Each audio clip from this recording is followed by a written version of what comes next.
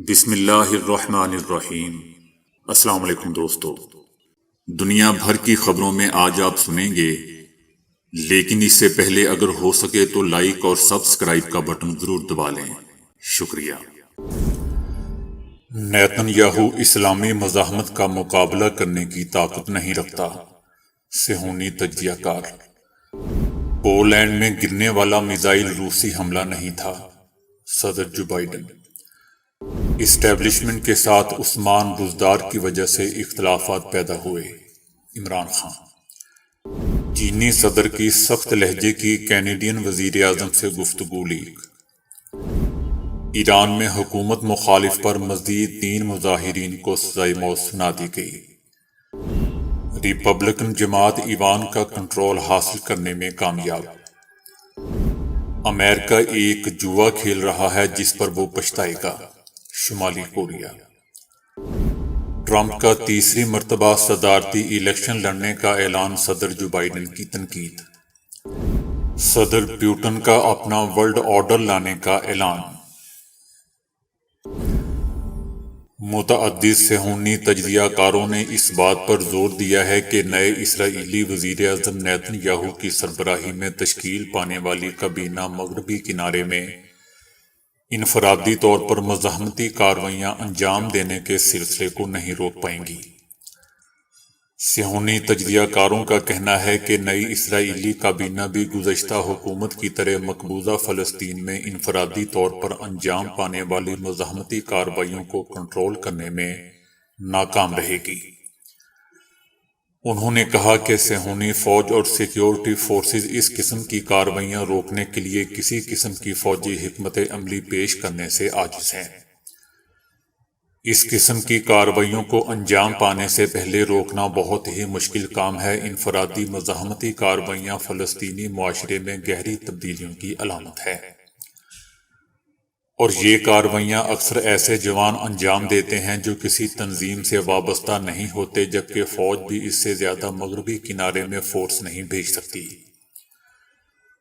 Nitin Yahoo کی سربراہی میں آئندہ اسرائیلی کابینہ مغربی کنارے میں اسلامی مزاحمت کے مقابلے میں فوج کی موجودہ پالیسیوں کو تبدیل نہیں کر سکے گی۔ مزاحمتی کارروائیاں جاری رہیں گی۔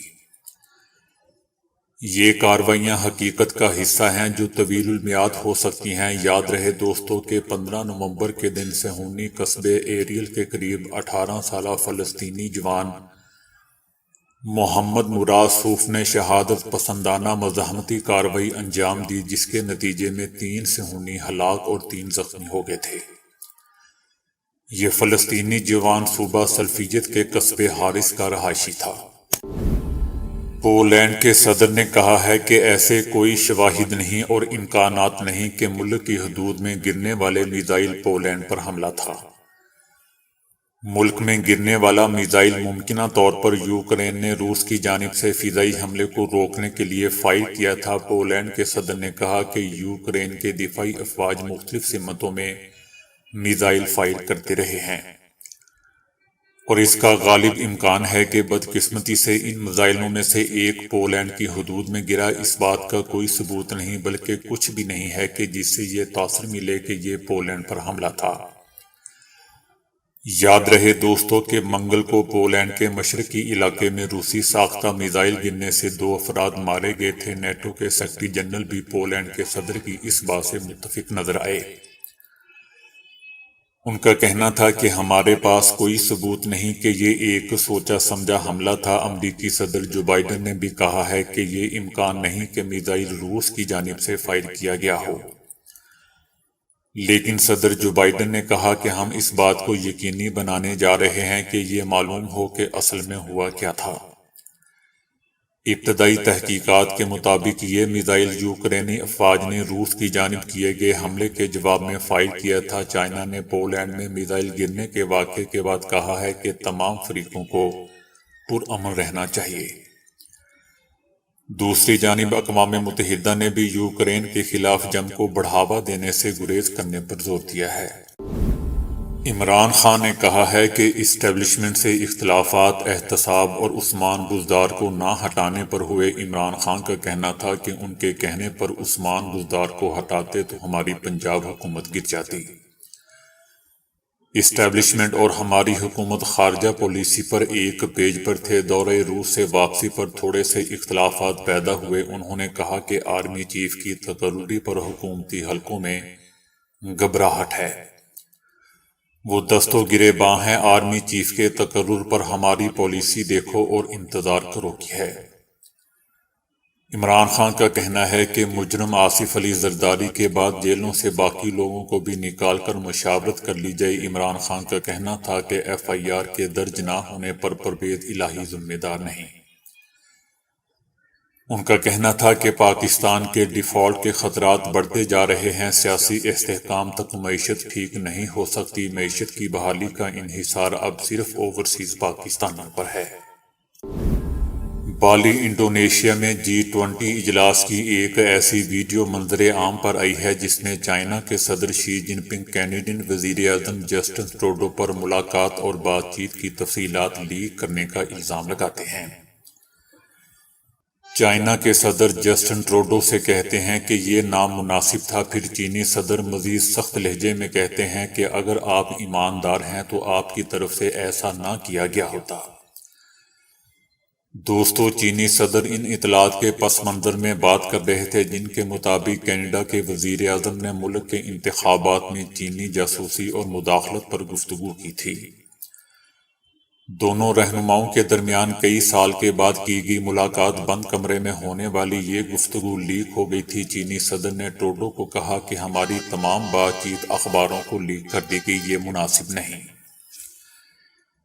یہ ایک ایسا نایاب لمحہ تھا جس میں صدر شی جن پنگ کو سخت لہجہ اپناتے ہوئے سنا گیا۔ چینی صدر کی بات سننے اور سر ہلانے کے بعد کینیڈین وزیر اعظم نے جواب دیا کہ کینیڈا میں ہم آزاد انداز میں اور کھل کر بحث کرتے ہیں اور ہم یہی رویہ جاری رکھیں گے۔ ہم ایک ساتھ تعمیری انداز میں کام جاری رکھیں گے، لیکن ایسی چیزیں رہیں گی جس پر ہمارا اختلاف بھی رہے گا۔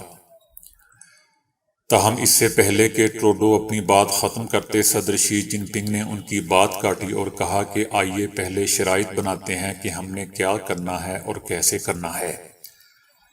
انہوں نے ٹروڈو سے ہاتھ ملایا اور چل دیے۔ یہ مختصر مگر معنی خیز گفتگو دوستو کینیڈا اور چائنا کے درمیان جاری تناؤ کی نشاندہی کے لیے کافی ہے۔ چینی کمپنی ہواوے کی اعلیٰ عہدیدار کو کینیڈا میں زیر حراست رکھا گیا، جس کے بعد چائنا نے 2 کینیڈین شہریوں کو جاسوسی کے الزام میں گرفتار کیا۔ اس کے بعد کینیڈا میں ایک چینی ملازم کو جاسوسی کے الزام میں گرفتار کیا گیا۔ کینیڈا کی پولیس نے اس پر الزام لگایا کہ اس نے تجارتی راز حاصل کیے تاکہ چائنا کو فائدہ پہنچا سکے اور کینیڈا کے معاشی مفاد کو نقصان پہنچا سکے۔ اسی وقت ٹروڈو اور صدر شی جن پنگ G20 اجلاس میں انڈونیشیا کے جزیرے بالی میں موجود تھے۔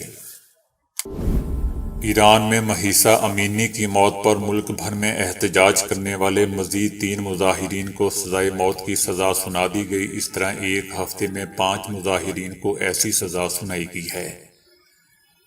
انہوں نے پولیس افسران پر اپنی کار چڑھا دی تھی جس میں ایک آفیسر مارا گیا تھا۔ سزا کے مجرم اپنی سزاؤں کے خلاف عدالت میں اپیل کر سکتے ہیں۔ یہ بھی یاد رہے دوستوں کہ مظاہرین پر کریک ڈاؤن کے دوران پولیس تشدد سے کئی لوگ مارے جا چکے ہیں، جبکہ 15,000 سے زائد افراد کو گرفتار اور 2,000 پر فرد جرم بھی عائد کر دی گئی ہے۔ مظاہروں میں مارے جانے والوں کی تعداد 250 سے زائد ہے۔ امریکہ کے وسط مدتی انتخابات میں اپوزیشن جماعت ریپبلکن پارٹی نے ایوان نمائندگان میں برتری حاصل کر لی ہے۔ ریپبلک نے 218 نشستیں حاصل کی ہیں، جبکہ حکمراں جماعت ڈیموکریٹ پارٹی نے 211 سیٹیں جیتی ہیں۔ صدر جو بائیڈن نے ریپبلکن کو اس کامیابی پر مبارکباد دیتے ہوئے کہا کہ وہ امریکی عوام کی خدمت کے لیے ریپبلکن پارٹی کے ساتھ کام کے لیے تیار ہیں۔ صدر جو بائیڈن کا کہنا تھا کہ امریکی عوام چاہتے ہیں کہ ہم ان کے لیے کام کریں اور میں کسی کے ساتھ بھی کام کرنے کے لیے تیار ہوں۔ دوستو، ایوان میں اکثریت کھونے سے اب حکمراں جماعت ڈیموکریٹس کے لیے قانون سازی میں مشکلات کھڑی ہو سکتی ہیں۔ امریکی صدر جو بائیڈن کی ڈیموکریٹ جماعت نے انتخابات میں برتری کے بعد سینٹ کا کنٹرول حاصل کر لیا تھا۔ ریاست نیو اڈا سے ڈیموکریٹ امیدوار کیتھرین کامیاب ہو گئی تھی، جس کے بعد حکومتی جماعت کو سینٹ میں برتری حاصل ہوئی۔ ڈیموکریٹ سینٹ میں 50 جبکہ ریپبلکن 49 سیٹیں حاصل کرنے میں کامیاب ہوئے۔ امریکہ میں وسط مدتی انتخابات کو عام طور پر صدارتی مدت کے پہلے 2 برسوں میں ہونے والا ریفرنڈم سمجھا جاتا ہے، جس میں حکومتی جماعت کو اکثر شکست کا سامنا کرنا پڑتا ہے۔ شمالی کوریا نے کہا ہے کہ امریکہ اور اس کے اتحادیوں کی مشترکہ مشقوں پر شمالی کوریا کا فوجی رد عمل مزید غضبناک ہوگا۔ شمالی کوریا کا کہنا ہے کہ امریکہ اور اس کے اتحادی ممالک خطے میں سلامتی کے بحران کو بڑھا رہے ہیں۔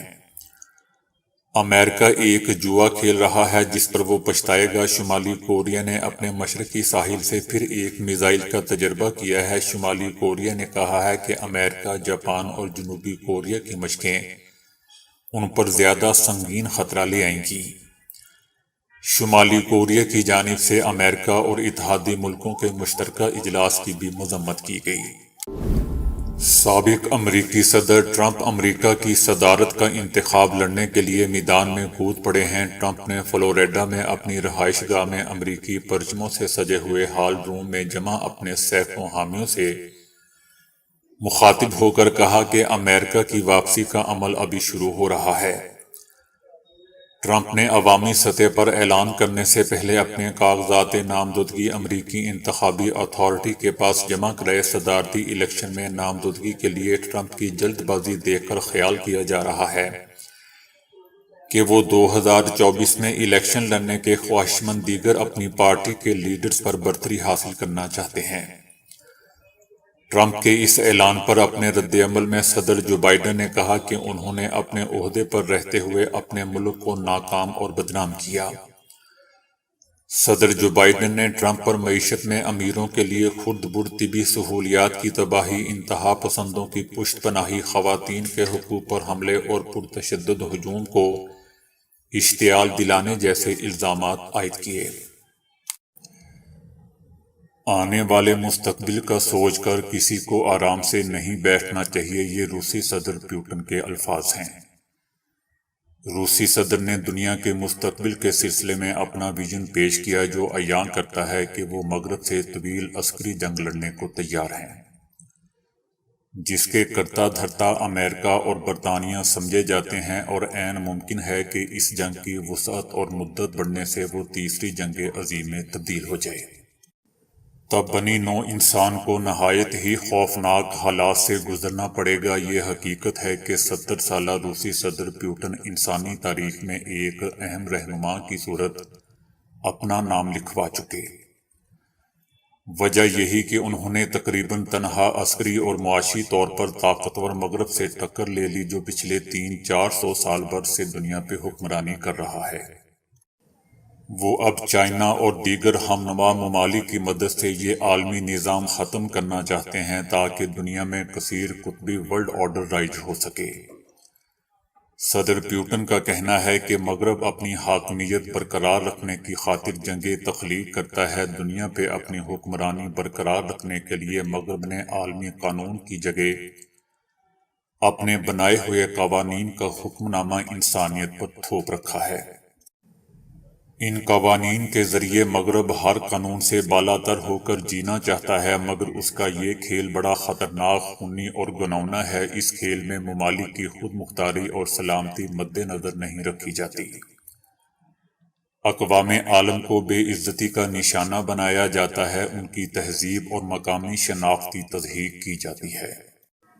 مغرب کو ملکوں کے مفادات کی کوئی پرواہ نہیں ہے۔ مغرب کا دعویٰ ہے کہ اس کا ورلڈ آرڈر اصول اور قوانین پر استوار ہے، مگر وہی یہ تمام قوانین بناتا ہے، مگر ممالک مجبور ہیں ان پر عمل کرتے ہیں۔ مغرب کسی قسم کے بنی نوع انسان کی بھلائی کے کوئی کام نہیں کر رہا، اس کی ساری توجہ اس امر پہ مرکوز ہے کہ ہر ممکن طریقے سے دنیا پہ حکمرانی برقرار رہے۔ اسی خواہش کے تحت مغرب نے یوکرین کا مسئلہ کھڑا کیا ہے۔ وہ تائیوان کے معاملے میں بھی چنگاریوں کو ہوا دے رہا ہے کہ بھڑک کر جنگ کے شعلے بن جائیں۔ مغرب کی جنگی پالیسی کی وجہ سے دنیا میں ایندھن اور خوراک کی قیمتوں میں اضافہ ہوا اور مہنگائی نے لوگوں کو جکڑ لیا۔ امریکہ اور اس کے حواری دنیا بھر میں تنازعات اور اختلافات کھڑے کرتے رہتے ہیں تاکہ اپنے مفادات پورے کر سکیں۔ روس دنیا بھر کو قدرتی وسائل فراہم کرنے والا سب سے بڑا ملک ہے۔ مغرب نے اپنے مفاد کی خاطر اس پر پابندیاں لگا کر دنیا میں مہنگائی کی لہر دوڑا دی۔ جب مغرب کے بنائے ہوئے اصول اور قوانین سے دیگر ممالک خصوصاً چائنا فوائد حاصل کرنے لگا تو مغرب نے فوراً انہیں تبدیل کر دیا۔ حالانکہ مغرب کا دعویٰ تھا کہ یہ اصول اور قوانین تو پتھر پہ لکھے اور مقدس ہیں، مغرب نے چائنا کو معاشی اور عسکری طور پر طاقتور بنتے دیکھا تو آزاد تجارت، معاشی آزادی، حتیٰ کہ پراپرٹی حقوق تک بھلا بیٹھا۔ مغرب کے طرز عمل سے عیاں ہے کہ اس کے کھیل میں جب کوئی دوسرا فائدہ پانے لگے تو وہ فوراً قوانین بدل دیتا ہے۔ اگر کھیل میں اسے فائدہ ہوتا رہے تو ہر غیر منصفانہ قانون بھی برقرار رہتا ہے۔ مغرب سمجھتا ہے کہ وہ پاک ہے، کوئی غلطی نہیں کر سکتا۔ مغربی حکمرانوں کو جو چیز پسند نہ آئے وہ اسے تباہ کر دیتے ہیں۔ صدر پیوٹن کا کہنا تھا کہ مغرب نے لبرل جمہوریت کا حلیہ اتنا بگاڑ دیا ہے کہ اب وہ پہچانی نہیں جاتی۔ یہی وجہ ہے کہ اب دنیا میں کوئی مختلف نظریہ سامنے لائے یا اختلافات کرے تو اسے پروپیگنڈا اور غداری سے تعبیر کیا جاتا ہے۔ دراصل امریکی حکمراں امریکہ کا مخالف کوئی نظریہ چلنے نہیں دیتے۔ وقت آ چکا کہ مغربی حکمرانوں کی دھوکے بازی اور آمریت افشا کی جائے۔ اگلے چند برس میں کوئی ان کے نام تک یاد نہیں رکھے گا۔ روس دنیا پہ حکمرانی نہیں کرنا چاہتا، لیکن روس آزادی اور حب الوطنی کا نام لیوا اور زرخیز کلچر کا مالک ہے۔ مگر مغرب دو حصوں میں تقسیم ہو چکا، ایک تو عوام کا مغرب ہے، دوسرا حکمرانوں کا مغرب ہے۔ روس اس مغرب کے احکام کبھی تسلیم نہیں کرے گا۔ روس نے مغرب کے خلاف اعلان جنگ نہیں کیا، روس محض اپنا دفاع کر رہا ہے تاکہ زندہ رہنے اور ترقی کرنے کا حق پا سکے۔ عالمی حالات بدل جانے سے اب بین الاقوامی معاملات بھی تبدیل ہونے جا رہے ہیں۔ مغرب جلد از جلد برابری کی بنیاد پر دنیا کے سبھی ملکوں سے مذاکرات کرے تاکہ ایک نیا ورلڈ آرڈر تشکیل پا سکے۔ مغرب کا تسلط ختم ہو رہا ہے۔ آج بنی نوع انسان بڑے تاریخی اور نازک مقام پہ کھڑا ہے۔ آنے والے 10 برس دوسری جنگ عظیم کے بعد سب سے زیادہ خطرناک اور ناقابل پیشن گوئی ہوں گے۔ مگر میں کہوں گا کہ آج مغرب تنہا انسانیت کو درپیش مسائل حل نہیں کر سکتا، پھر بھی وہ پوری کوشش کر رہا ہے کہ جائز اور ناجائز طریقے استعمال کر کے دنیا کا تاجدار بنا رہے۔ اب دنیا کے بیشتر ممالک مغرب کی قیادت تسلیم کرنے کو تیار نہیں ہے۔ اب انسانوں کو دو باتوں میں سے ایک کا انتخاب کرنا ہے، اول یہ کہ وہ مسائل کی دلدل میں اترتا چلا جائے جس سے زمین پر انسانی نسل مٹ جائے گی، دوم وہ حل تلاش کرنے کی کوشش کرے تاکہ ہماری دنیا محفوظ، مستحکم اور رہنے کے لائق ہو سکے۔ دنیا ایسی ہو کہ اس میں ہر معاشرے، کلچر اور تہذیب کو یہ حق ملے کہ وہ اپنی پسند کا راستہ اختیار کرے، لہذا کوئی ہمیں یہ حکم نہیں دے سکتا کہ فلاں قسم کا معاشرہ تشکیل دو اور فلاں نظام اپنا لو۔ مگر اپنا تخلیق کیا ہوا نظام دنیا والوں پہ زبردستی تھوپنا چاہتا ہے۔ ہمارا مطالبہ ہے کہ ایک نیا ورلڈ آرڈر بنایا جائے جو منصفانہ ہو۔ آج روس اسی قسم کا ورلڈ آرڈر دنیا میں لانے کی جدوجہد کر رہا ہے۔ بنی نوع انسان کے سامنے نئی تاریخ لکھی جا رہی ہے۔ حقیقت یہ ہے کہ امریکہ کی زیر قیادت مغربی ممالک ہی عالمی معاشی نظام کے مالک ہیں، اور چائنا، جاپان اور جنوبی کوریا، بھارت وغیرہ کو چھوڑ کر وہی فوائد بھی زیادہ پاتے ہیں۔ صدر پیوٹن کا کہنا ہے کہ روس قدرتی وسائل رکھنے والا دنیا کا سب سے بڑا ملک ہے، لہذا فوائد بھی اسے زیادہ ملنے چاہیے۔ دنیا سے امریکی ڈالر کی حکمرانی ختم کرنا بھی ہمارا اہم ہدف ہے۔ مغرب کے تخلیق کردہ عالمی معاشی اور سیاسی نظام سے پاکستان جیسے سینکڑوں ایشیائی اور افریقی ملک زیادہ مستفید نہیں ہو سکتے۔ آج بھی وہاں عوام غربت، جہالت، بیماری اور دیگر مسائل کا شکار ہیں۔ بھارت کا شمار اب دنیا کی 4 بڑی معاشی اور عسکری طاقتوں میں ہوتا ہے، لیکن وہاں بھی کروڑوں انسان غربت کا نشانہ بنے تکلیف دہ زندگیاں گزار رہے ہیں۔ لیکن دوستو، اب سوال یہ پیدا ہوتا ہے کہ اس بات کی کیا ضمانت ہے کہ روس کا تخلیق کردہ معاشی اور سیاسی نظام عدل و انصاف پر مبنی ہوگا؟ کیونکہ ماضی میں آخر روس بھی مغربی قوتوں کی طرح استعماری قوت رہا ہے۔ اس نے وسط ایشیائی ممالک اور یوکرین پہ قبضہ کیا، لاکھوں مسلمان روسی فوجیوں کے ہاتھوں شہید ہوئے۔ اسی طرح یوکرینی قوم کو بھی روسی حکمرانوں نے مختلف طریقوں سے ظلم و ستم کا نشانہ بنایا۔ پھر صدر پیوٹن بھی دودھ کے دھلے ہوئے نہیں ہیں۔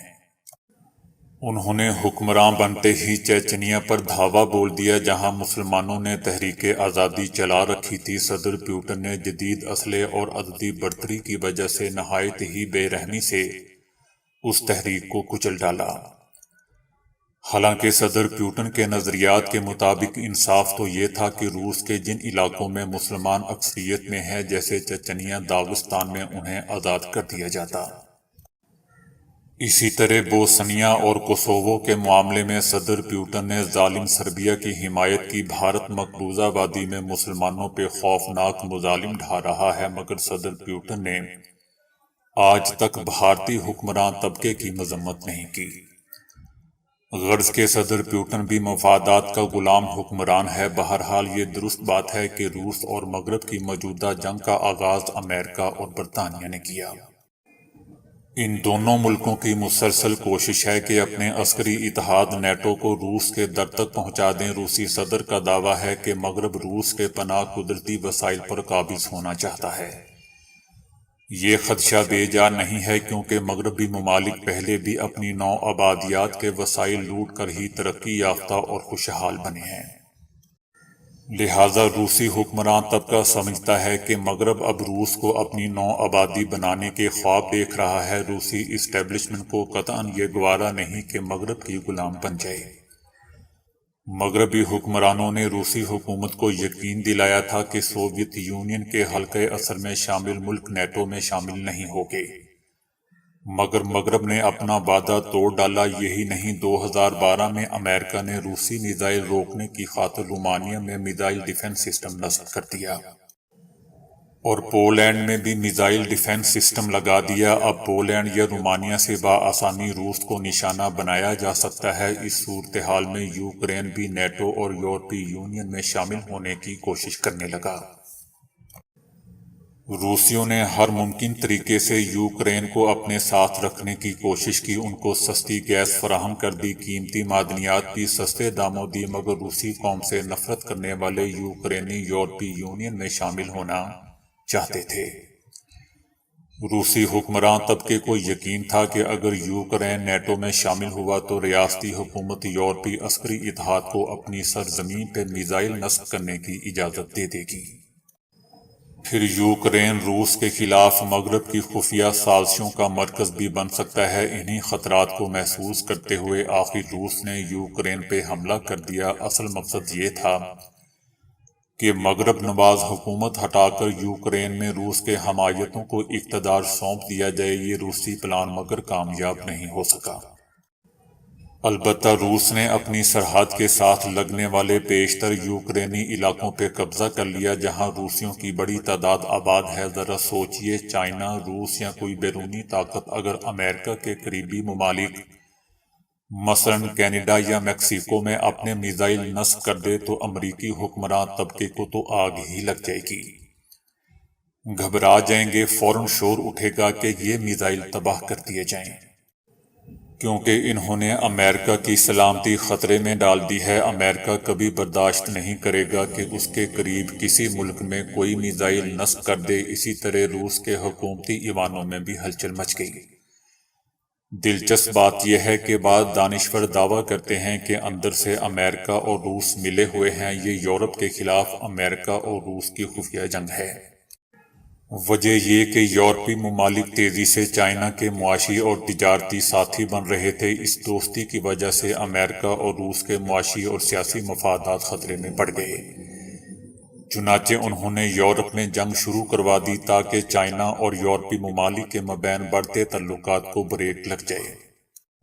امریکہ چائنا کی کمپنیوں پہ جو ٹیکنالوجیکل پابندیاں لگا رہا ہے وہ بھی اس خفیہ جنگ کا حصہ ہے۔ بظاہر اس جنگ سے روس کو معاشی نقصان ہوا ہے کیونکہ وہ مغرب کے عالمی معاشی نظام سے نکالا جا چکا ہے۔ دوست ممالک مثلاً چائنا، بھارت سے تجارت ہی نے روس کو معاشی سنبھالا دیا ہوا ہے۔ دنیا کے طاقتور ترین ممالک صرف 3 ہیں: امریکہ، چائنا اور روس۔ گویا انہیں ہی سپر پاور کہا جا سکتا ہے۔ باقیوں میں مثلاً بھارت سائنس اور ٹیکنالوجی کے میدان میں خاصا پیچھے ہے، پھر کروڑوں غریب بھارتی بھی اس پہ بڑا بوجھ ہیں۔ جاپان اور جرمنی کی افواج اتنی زیادہ نہیں ہے کہ وہ عالمی جنگ چھیڑ سکیں۔ برطانیہ اور فرانس کا دائرہ اثر بھی بنیادی طور پہ یورپ تک ہی محدود ہو چکا ہے۔ جبکہ امریکہ کیوں سب سے بڑی سپر پاور سمجھی جاتی ہے؟ کیونکہ دنیا بھر میں بیشتر عالمی لین دین امریکی کرنسی میں ہوتا ہے۔ سائنس اور ٹیکنالوجی میں آگے ہونا، مصنوعی ذہانت، روبوٹ سازی، چپ، انٹرنیٹ، سافٹ ویئر سازی مستقبل کی ٹیکنالوجیاں ہیں جو ان میں امریکہ سب سے آگے ہے۔ پھر چائنا کا نمبر آتا ہے۔ امریکہ اور اس کے اتحادی دنیا میں سب سے بڑی منڈیاں ہیں۔ چائنا، بھارت اور ہانگ کانگ بھی اپنا کثیر مال انہی منڈیوں کو بھجواتے ہیں۔ دوسری طرف روسی صدر پیوٹن یہ آس لگائے بیٹھے ہیں کہ مغرب سے جنگ کرتے ہوئے چائنا ان کا ساتھ دے گا۔ چینی صدر شی جن پنگ کا اقتدار طویل ہونے سے صدر پیوٹن کو حوصلہ ملا ہے، مگر یہ ضروری نہیں ہے کہ چائنا کھل کر مغرب سے جنگ شروع کر دے۔ وجہ یہ کہ چائنا پچھلے 42 سال کے دوران پرامن رہ کر اہل دنیا سے تجارت کرتے ہوئے عالمی معاشی طاقت بنا ہے، ورنہ پہلے تو چائنا میں غربت کا دور دورہ تھا۔ لہٰذا چائنا کے حکمران طبقے نے اگر جارحیت اور جنگجوئی کو اپنا لیا تو اس تبدیلی سے سب سے پہلے ملک کی عالمی تجارت متاثر ہوگی۔ امریکہ اور اس کے حواریوں نے چائنا کی عالمی تجارت محدود کرنے کے لیے پہلے ہی تجارتی جنگ چھیڑ رکھی ہے۔ صدر پیوٹن کو یہ بھی امید ہے کہ بھارت بھی اس لڑائی میں ان کا ساتھ دے گا۔ بھارتی حکمران طبقہ بھی چینی اسٹیبلشمنٹ کی طرح اس معاملے میں مخمصے میں کیا کرے اور کیا نہ کرے کی انوکھی کیفیت کا شکار ہے۔ وجہ یہی کہ بھارت مغربی ممالک سے وسیع پیمانے پر تجارت کرتا ہے۔ وہ اپنا 50% سے زائد مال امریکہ اور اس کے ساتھیوں کو بھجواتا ہے۔ اگر وہ روس کا شراکت دار بنا تو مغربی ممالک کی منڈیوں اور حمایت سے محروم ہو جائے گا۔ پاکستان کی پوزیشن ویسے ہی معاشی طور پر انتہائی کمزور ہے۔ پاکستان کو تو اپنی ہی پڑی ہوئی ہے، البتہ پاکستان کی افواج کا شمار دنیا کی بہترین 10 افواج میں ہوتا ہے۔ پھر پاکستان ایک ایٹمی قوت بھی ہے۔ یہ دونوں عسکری خصوصیات ہی پاکستان کو عالمی سطح پہ اہم مقام عطا کیے ہوئے ہیں۔ اس لیے امریکہ، مغرب اور چائنا اور روس دونوں دھڑوں کی کوشش ہے کہ پاکستان ان کی چھتری تلے آ جائے، ان کے بلاک کا حصہ بن جائے، لیکن پاکستان نے دونوں دھڑوں سے خوشگوار تعلقات قائم کر رکھے ہوئے ہیں۔ کیونکہ کسی دھڑے کی کھلم کھلا حمایت کر کے وہ سخت معاشی نقصان اٹھا سکتا ہے۔ جب عمران خان نے روس کا دورہ کیا تھا تب یہ بات سامنے آئی تھی کہ عمران خان پاکستان کو چین اور روس کے قریب لے جانا چاہتے ہیں۔ اس کے فوراً بعد ان کی حکومت ختم کر دی گئی تھی۔ انہوں نے الزام لگایا تھا کہ حکومت ختم کرنے کے پیچھے امریکہ بھی ملوث ہے، کیونکہ امریکہ نہیں چاہتا کہ پاکستان خصوصاً روس کے قریب ہو جائے۔ صدر پیوٹن کو فی الحال تنہ تنہا ہی مغرب کے خلاف اپنی معاشی اور عسکری جنگ لڑنا پڑے گی۔ ان کی فتح یا شکست میں چائنا کا کردار اہم ہو سکتا ہے۔ اگر امریکہ چائنا کے خلاف چھیڑی تجارتی جنگ میں شدت لے آیا تو چینی حکمراں مجبور ہو کر روس کے ساتھی بن سکتے ہیں۔ تب بھی چائنا کی بنیادی طور پر یہ کوشش ہوگی کہ بطور عالمی تجارتی کرنسی امریکی ڈالر کا کردار محدود کیا جائے اور چینی کرنسی بھی لین دین میں آزادانہ استعمال ہونے لگے۔ چینی حکمراں مغربی ممالک کے خلاف کھلم کھلا جنگ چھیڑنے سے ہر ممکن طور پہ اجتناب ہی کریں گے۔ دنیا کے حالات سے دوستو واضح ہے کہ طاقتور حکمرانوں کا طبقہ اپنے مفادات کی خاطر وقتاً فوقتاً جنگیں چھیڑ کر اقوام عالم کو آگ اور خون میں دھکیل دیتا ہے۔ ان کی خواہشیں پوری کرنے کے لیے لاکھوں فوجی اور شہری اپنی قیمتی جانیں قربان کر دیتے ہیں۔ سینکڑوں چہل پہل والی بستیاں راکھ کا ڈھیر بن جاتی ہیں، ہزار ہنستے بستے خاندان اجڑ جاتے ہیں۔ افسوس، انسان نے زمانہ قدیم سے چلی آ رہی تباہی اور بربادی سے کوئی سبق نہیں سیکھا۔ دور جدید کے حکمراں طبقے بھی کسی نہ کسی لالچ میں گرفتار ہو کر آپس میں لڑ رہے ہیں۔ ان کی لڑائی میں مگر عام آدمی ہی مارے جاتے ہیں۔ اتفاقاً کوئی لیڈر مر جائے تو ہیرو یا شہید بن جاتا ہے۔ بنی نوع انسان کو مسلسل جنگوں سے محفوظ رکھنے کا ایک ہی طریقہ ہے کہ معیشت اور سیاست کا اسلامی نظام اپنا لیا جائے، جس میں حکمران طبقہ نہیں عوام مرکزی حیثیت رکھتے ہیں۔ یورپی ممالک اسلامی نظام کے کچھ حصے اپنا چکے ہیں، مگر وہاں کی حکومتیں ترقی پذیر ملکوں کے ساتھ اچھا سلوک نہیں کرتی۔ مثال کے طور پر امیر ممالک اور ان کے مالیاتی ادارے پاکستان جیسے ملکوں کو سود پر قرض دیتے ہیں۔ وہ غریب ممالک کے حکمران طبقے کو قرضوں پہ عیاشی کرنے کی راہ دکھاتے ہیں۔ لہذا قرضے اور سود ادا کرنے کے بعد حکومتوں کے پاس اتنی رقم نہیں بچتی کہ وہ عوام کی بھلائی کے منصوبے بنا سکے۔ نتیجتاً عوام کی اکثریت غربت، جہالت، بیماری، بے روزگاری کا نشانہ بن کر تکلیف دہ زندگی گزارتی ہے۔ اسی لیے دوستو، وہ معاشرے کے لیے کوئی مفید کام نہیں کر پاتے۔ تو دوستو، ابھی کے لیے اتنا ہی۔ ویڈیو کو لائک اور شیئر کرنے کا بہت بہت شکریہ۔